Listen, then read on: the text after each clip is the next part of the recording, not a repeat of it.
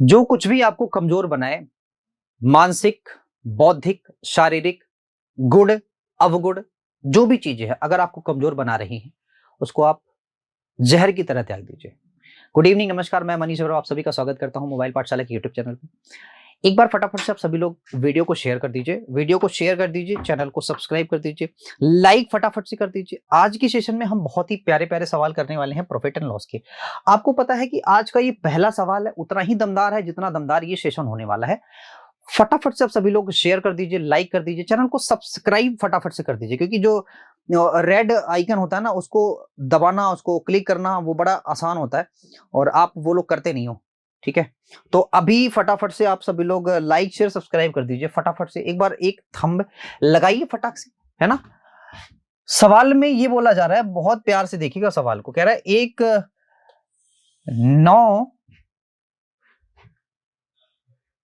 1 रुपए में 9 वस्तु बेचकर एक व्यक्ति को 4% की हानि होती है। अच्छा, तदनुसार 44% लाभ अर्जित करने के लिए उस व्यक्ति को 1 रुपए में कितनी वस्तुएं बेचनी चाहिए, ये आपका सवाल है।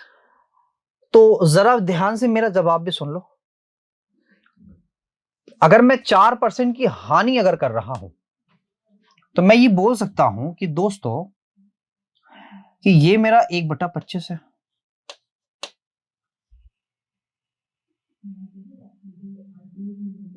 ठीक है,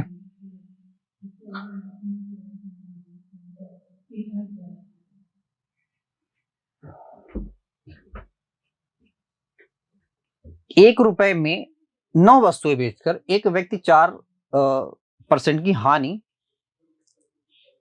पाता है और 44% लाभ कमाने के लिए 1 रुपए में कितनी वस्तु बेची जानी चाहिए। ठीक है, तो 1 रुपए में भाई साहब बेचता है वो 9 वस्तुएं हैं। कितनी? 9, 1 रुपए में। ठीक है, और कह रहा है कि 44% अगर लाभ अर्जित करना है तो 1 रुपए में 4% की हानि कमाता है। ठीक है,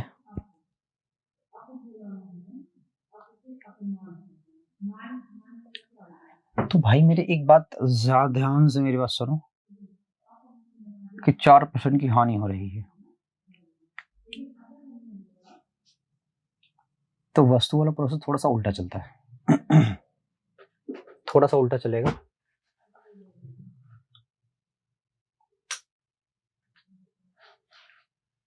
सवाल कुछ ऐसा करो आप, ठीक है, कि आपको चाहिए 44% का प्रॉफिट। 44% का प्रॉफिट मतलब 144। बताइए समझ में। और इसका हानि का मतलब होगा सर कितना? 96, है ना। गुणा 9 करो, आपके सवाल का उत्तर आ रहा है तो इसी सवाल से इसी मेथड से कर देंगे। देखो हमने कहा था ना कि वस्तुओं के मैटर में ठीक उल्टा चलता है। जैसे ये 44 प्रॉफिट है तो ऊपर जाएगा, ये हानि रहेगा नीचे जाएगा। ठीक है, अब जरा ध्यान से देखो। 16 9 144, 16 छक्का 96। लेकिन यहां ये कटा नहीं, फिर पता है समझ में। तो अब आप क्या करेंगे, अब सीधे जस्ट इसको उल्टा करेंगे।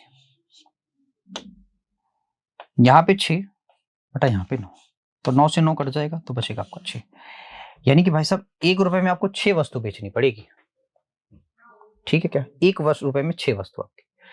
देखो इस सवाल में मैं एक बार फिर से बता देता हूं, आपको उल्टा चलना होता है। उल्टा का मतलब जैसे 9 अगर आपके पास वस्तु है तो 4% की हानि का मतलब आपको पता ना, फिर ये मैं 96% ये करूंगा तो। लेकिन अगर हम वस्तुओं में चलते हैं तो इसको जस्ट इसके बगल में ही लिखते हैं। 44% का प्रॉफिट चाहिए तो 144 कर दो, क्योंकि वस्तु को हम 144 में बेचेंगे तो यहां से काटेंगे। 16 छक्का 96, 16 9 144, 9 से कटा तो भाई सब 6 आपके सवाल का उत्तर हो गया, है ना। नेक्स्ट, एक वस्तु को 21,000 में बेचकर एक आदमी को 5% का लाभ होता है। 15% लाभ पाने के लिए वह उसे कितने में बेचेगा, ये सवाल है बेसिकली। कह रहा है कि एक वस्तु को 21,000 में बेचकर एक व्यक्ति को 5% का लाभ होता है। तो मैं ये बोल सकता हूं भैया कि अगर 5% का लाभ हुआ तो 105% की वैल्यू क्या होगी दोस्त, ये होगी। देखो 21 पंजे 105 होता है, आपको पता होगा। 20 का यहां गुणा कर दोगे तो आप ये बात समझ रहे हो, ये हो जाएगा 100%। यहां भी कर दो 20 का, तो ये हो गया 100%। 100% की वैल्यू कितनी होगी दोस्त? ये बात आई समझ में? अब कह रहा है इस पे 15% का लाभ चाहिए, तो भैया 115 निकाल लो, इसमें क्या दिक्कत है? 115 डबल जीरो कट जाएगा, 115 दूना होता है 230, तो 23,000 आपके सवाल का उत्तर है। अब ये सवाल फटाफट से करिए आप सभी लोग, फटाफट से, मैं आपको थोड़ी देर का टाइम दे रहा हूं, फटाफट से आप सवाल कर दो, ठीक है?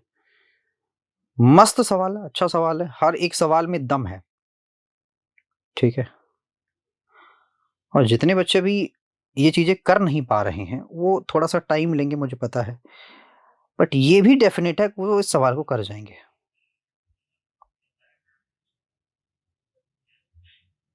ठीक है, तो ये वाला सवाल फटाफट से निपटाइए, बढ़िया सवाल है, मस्त सवाल है, एकदम अच्छे से करेंगे इसको, ठीक है?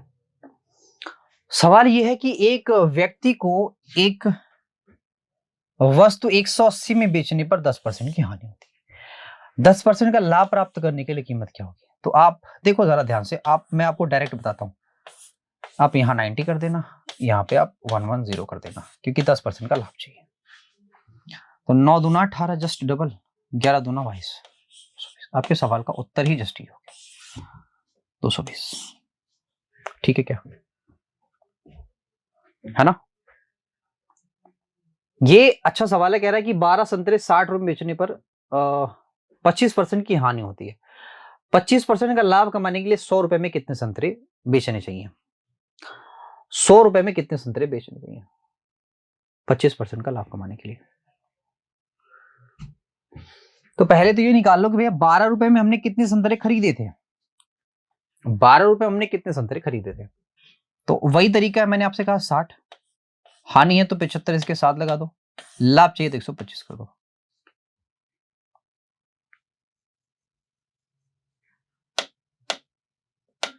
अभी ऐसे रखो, 75% का निकाल लो, 0 से 0 गया, 75 दूना होता है 150, तो 3 गुणा 150, 15 हो गया 45, यानी 12 रुपए में अगर मैं 45 वस्तु खरीद के लाऊंगा तो ना ही मुझे प्रॉफिट होगा ना ही मुझे लॉस होगा, बताइए समझ में? तो 12 रुपये में भाई साहब आपने कितना खरीदा? 45 वस्तु। अब ध्यान से मेरी बात सुनिएगा, 12 रुपए में 45 वस्तुएं, मैं बोलूं कि बताओ 4 रुपए में कितनी वस्तुएं, तो 15, मैं बोलूं कि बताओ 100 रुपए में कितनी वस्तुएं, तो आप बोलोगे सर आप इसमें 20 का गुणा कर दो, तो इसमें 20 का गुणा करना पड़ेगा, दोनों दोनों 100 हो जाएंगे, तो 15 दूना 300, यानी कि 300 वस्तुएं। तो 100 रुपए में मेरे दोस्त 300 वस्तुएं खरीदी जा रही हैं, 25% का प्रॉफिट चाहिए,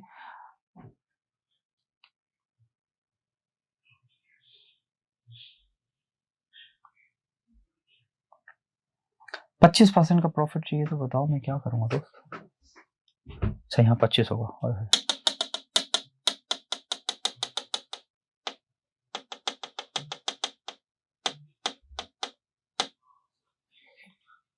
देखो 3 चौके 12,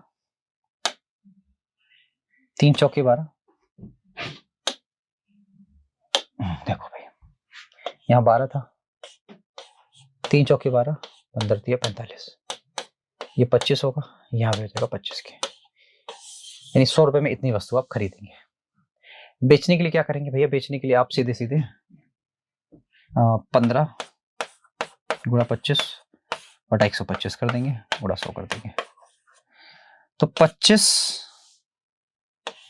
ये कट गया, 5 बचा, 5 दिया 15, तो 300 वस्तु आएंगी, 300 वस्तु होंगी दोस्त। 100 रुपए में कितने बेचने चाहिए 25% का लाभ हो? ये मुझे लग रहा है सवाल में दिक्कत, 300 वस्तु आएंगी, ठीक है? ए ने एक कंप्यूटर सिस्टम 4000 में खरीदा और बी को 4% हानि पर बेच दिया। बी ने क्या किया? उसको 40,320 रुपए में बेच दिया। अच्छा भैया, कह रहा बी का प्रॉफिट बताओ, बी का लाभ बताओ, ठीक है? ये अच्छा सवाल है आपसे, कह रहा देखो, कह रहा ए ने कंप्यूटर भाई साहब 40,000 में खरीदा और उसे बी को 4% हानि पर बेच दिया। भाई 4% हानि का मतलब क्या है दोस्तों? 40,000 की चीज होगी और इसको 96 पे ही बेच दिया, 00 कट जाएगा, आपको पता है, तो 00 तो पहले ही था। 4 छक्का 24 के 4, 4 9 36 37 38, इतने में बेच दिया।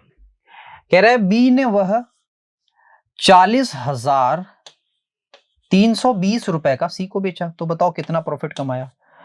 9 आ गया एक, यानी 1920 रुपए। और कितने पे कमाया? अपने क्रय मूल्य पे कमाएगा। और किस पे कमाएगा? गुणा 100। ये 0 कट गया। आप ये बात जानते हैं कि ये जस्ट इसका डबल है, ठीक है, जस्ट डबल है। तो 10/2 आएगा।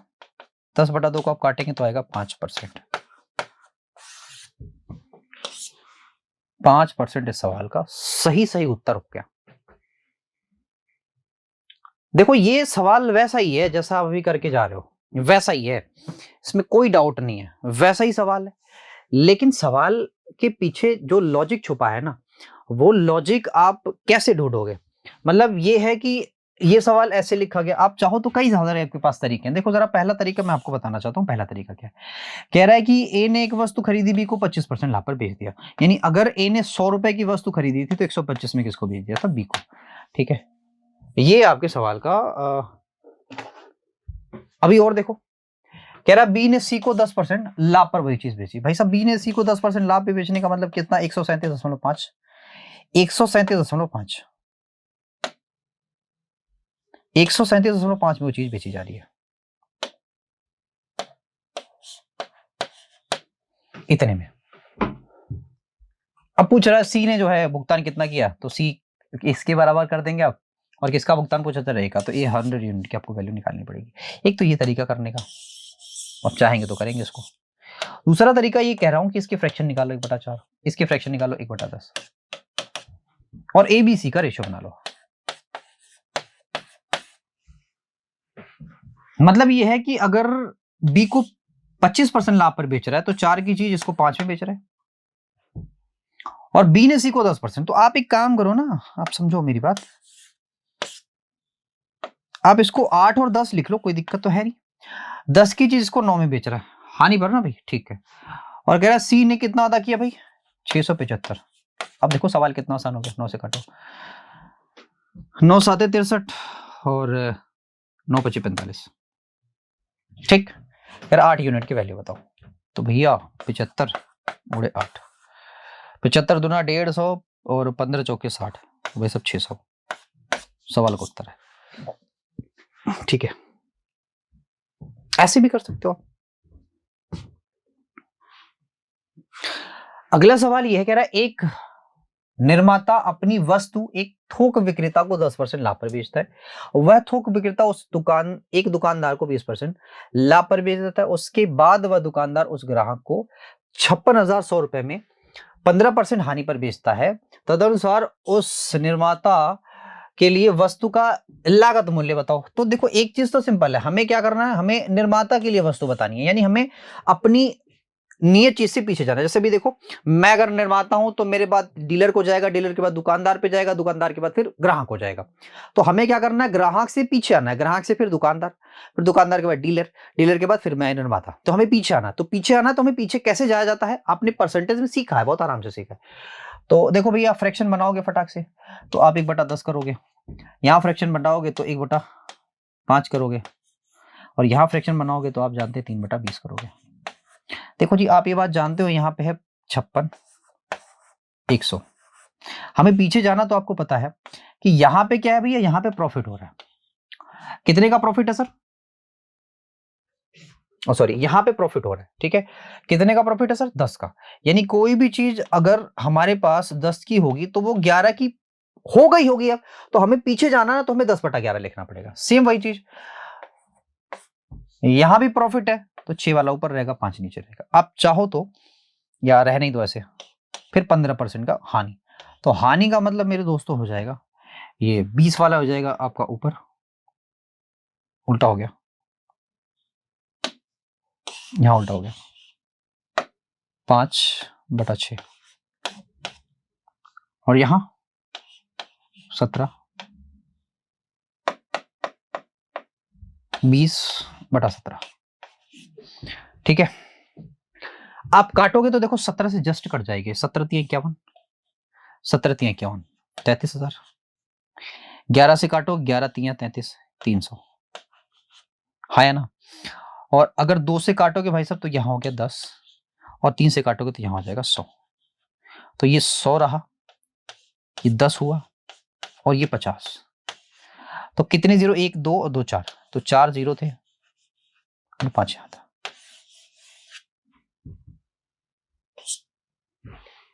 एक तो ये तरीका है, आप जैसे मर्जी वैसे करेंगे, मैं तरीके आपको बताता जाता हूं। एक तो ये तरीका है, एकदम सिंपल सा डायरेक्ट तरीका है कि आप लगातार पीछे पीछे चलते चले गए।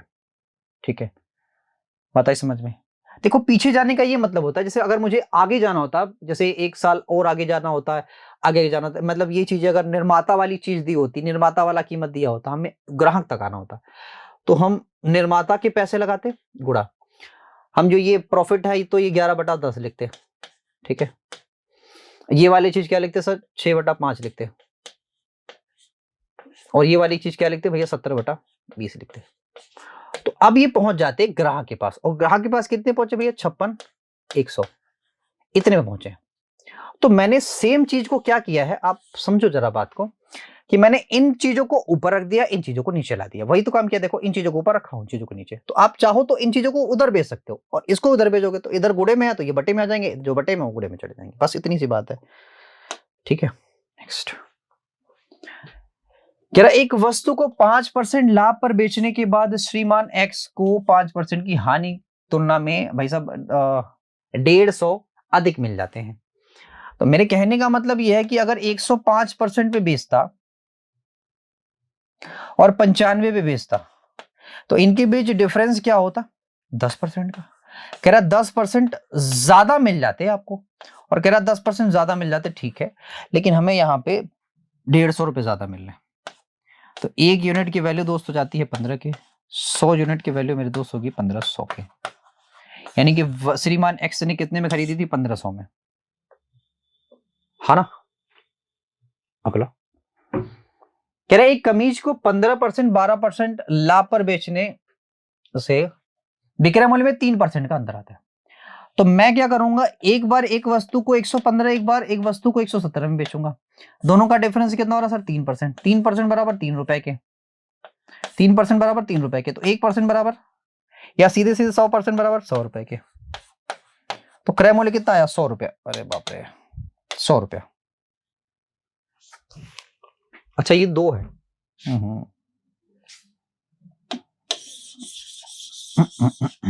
देखो ये 2% है, 2% बराबर किसके होगा, 3 के। तो 50 के इधर गुणा कर दो, 50 के इधर भी कर दो। यहाँ 100 यूनिट की वैल्यू हो गई, यहाँ आ गया 150। तो 100 यूनिट की वैल्यू कितनी, 150, यानी कि शर्ट की कीमत कितनी थी, 150। तो अगर आप चाहो तो यही से भी कर सकते हो, 2% दैट इज इक्वल टू किसके, 3 के बराबर। तो 100 बराबर 150 के, 150 इसकी कीमत है। मतलब कैसे भी कर सकते हो, उसमें कोई दिक्कत थोड़ी है, कैसे भी कर सकते हो। अब जैसे ये सवाल है, कह रहा है एक खिलौने को 16% लाभ पर बेचा गया, यदि उसे 10% ज्यादा भी बेचा जाता तो लाभ 20% अधिक होता। देखो दोस्तों, हमें कुछ नहीं करना, हमें यहीं से निकाल लेना है। 4%, इसकी वैल्यू क्या होगी, 10 रुपया। तो 25 का इधर भी गुणा कर दो और 25 का इधर भी कर दो, तो ये तो 100 हो गया, आपको पता है, इधर ही करना मुझे 250। तो 250 आपके सवाल का उत्तर हो गया ये। ऐसा नहीं है कि आप इसको और किस तरीके से नहीं कर सकते, बिल्कुल कर सकते हैं, करिएगा आप। ठीक है, तो ये सारे आपके सवाल हैं, कुल मिला के बात ये है। एक और टॉपिक आता है बड़ा अच्छा, ठीक है, उसको भी मैं थोड़ा सा एक बार डिस्कस कर दूं। देखो, कभी कभी सवाल पूछा जाता है कि आर्टिकल कहेगा भाई 5 की चीज है मैंने बेचा 4 में, 4 की चीज है मैंने बेचा 5 में, मतलब 5 रुपए में 5 रुपए में 4 खरीदा और 4 रुपए में 5 बेचा, तो बताओ प्रॉफिट हुआ कि लॉस हुआ, ये सवाल पूछते हैं। ये आर्टिकल होता है और ये रुपए है, ये आर्टिकल है, ये रुपए है। ऐसे सवालों में हमेशा हम नंबर ऑफ आर्टिकल सेम करते हैं, नंबर ऑफ आर्टिकल सेम करेंगे, सेम करना होता है। तो नंबर ऑफ आर्टिकल अगर सेम करेंगे तो हमें पता है कि ये वाला आर्टिकल है, इसमें 4 का गुणा कर दो, ये वाला आर्टिकल इसमें 5 का गुणा कर दो, ये वाला आर्टिकल देखो इसमें 4 का किया तो इसमें भी 4 का, इसमें 5 का किया तो इसमें भी 5 का। तो दोस्तों आप ये देखोगे तो हमारे पास कुल मिला के 20 आर्टिकल खरीदे जा रहे हैं 16 रुपए में और 20 ही आर्टिकल मेरे दोस्त बेचे जा रहे हैं 25 रुपए में, तो बताओ कितने का प्रॉफिट हुआ? सर 9 का प्रॉफिट हो रहा है। कितने पे सर? 16 पे, है ना? तो आसान है, अब गुणा 100 कर दोगे तो आसान हो जाएगा। 900 बटा 16, तो 16 से काटोगे 16 25 80 हो गया, 10 बचेगा और 16 छक्का 96 होगा, पॉइंट आ जाएगा, है ना? 16 छक्का 96, तो 1/4 भी कर सकते हो, ये आपके सवाल का सही उत्तर हो जाएगा। ऐसे करके सवाल आगे आएंगे, ऐसे करके सवाल और पूछे जाएंगे, ठीक है? तो उम्मीद है कि ये सारा सेशन जितना भी चीज था, जितना भी आपने को मैंने पढ़ा दिया, वो आपके लिए अच्छा रहा, बढ़िया रहा, मजा आया आपको। आगे की चीजें चलेंगी, डेफिनेटली चलेंगी। ऐसा होगा जैसे आप पहले सीखते आए हो, जैसे आप पहले सीख रहे थे, वैसा ही चीज आएगी। लेकिन आपको थोड़ा सा पेशेंस बना के रखना होगा, धैर्य बना के रखना होगा। अगर पेशेंस बनाएंगे, धैर्य बनाएंगे, तो आगे सवाल होंगे। अदरवाइज आप उन्हीं चीजों में फंसे रह जाएंगे ना, जो चीजें बहुत आसान हैं, बहुत ईजी तरीके से हो जाएंगी, आप उन्हीं चीजों में फंसे रह जाएंगे। लेकिन धैर्य बना के अगर सीखते चलेंगे, सीखते चलेंगे, सीखते चलेंगे, सीखते चलेंगे धीरे धीरे, तो एक दिन ऐसा आएगा कि आप पहाड़ भी तोड़ देंगे, जैसे दशरथ माजी ने किया नहीं था। अगर उन्होंने ये सोचा होता कि इतना बड़ा पहाड़ है तोड़ने को, तो रास्ता कैसे बनता? और स्पेशल किसी ने और एक शेरो शायरी लिख के भेजा था कि अगर एसएससी पहाड़ है, तो आप भाई दशरथ मांझी हो, तब तक तोड़ोगे नहीं, तब तक छोड़ोगे नहीं। डन है भाई। तो इसके साथ आज ये लेक्चर मैं खत्म करता हूँ। आप सभी से एक गुजारिश है, एक रिक्वेस्ट है कि आप सभी लोग वीडियो के लिंक को, ये जो लिंक है उसको शेयर करेंगे, वीडियो को लाइक करेंगे, चैनल को सब्सक्राइब करेंगे, ठीक है? आज के लिए इतने, thank you very much, bye bye, take care.